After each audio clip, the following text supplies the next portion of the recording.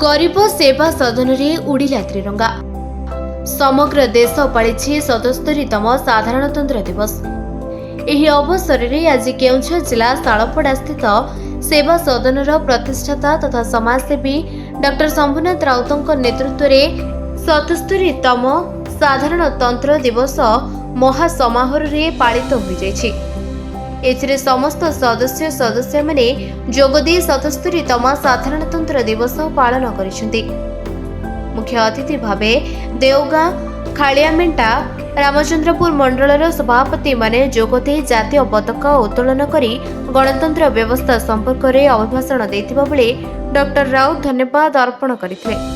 एथिरे गरीब सेवा सदनर वरिष्ठ व्यक्ति एवं स्थानीय बुद्धिजीवी माने जोग देथिबा सह सदनर समस्त सदस्य उपस्थित रही जातीय पताका को स्वागत सम्मान जणाइछथि।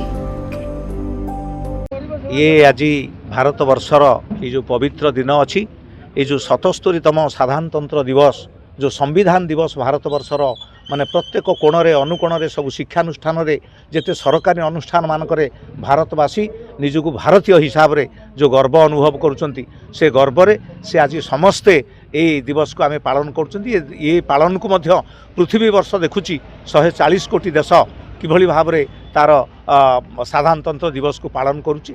आउ विशेष भाव रे जो आमे पिलादिने जो कथा शुणुतुले जे आमरी नार आमे नाउरी आमे चलाउछु देश आमरी सेही क्रम रे आज जो साधारणतंत्र दिवस पालन होची सारा भारत वर्ष रे आमर ए अंचलर केन्दुझर जिलार सब स्वेच्छासेवी अनुष्ठान गरीब सेवा सदन अच्छी सी मध्य तार समस्त कार्यकर्ता मानकु तांकर सदस्य मानकु नहीं ये दिवस को आज पालन करुची। ये आम पई एक महान दिवस। आमे मध्य आज यही जगार रही संकल्प करुचु भारत मातार जने साधारण पुओ हिसाब रे जने भारत देशर जने साधारण नागरिक हिसाब रे आमे आमर कर्तव्यबोध आगामी दिन में अंचल पाई आम जिला पाई राज्य पाई आमे समर्पित होगी पालन करूँ। एटा हूँ आज आमर एक संकल्प।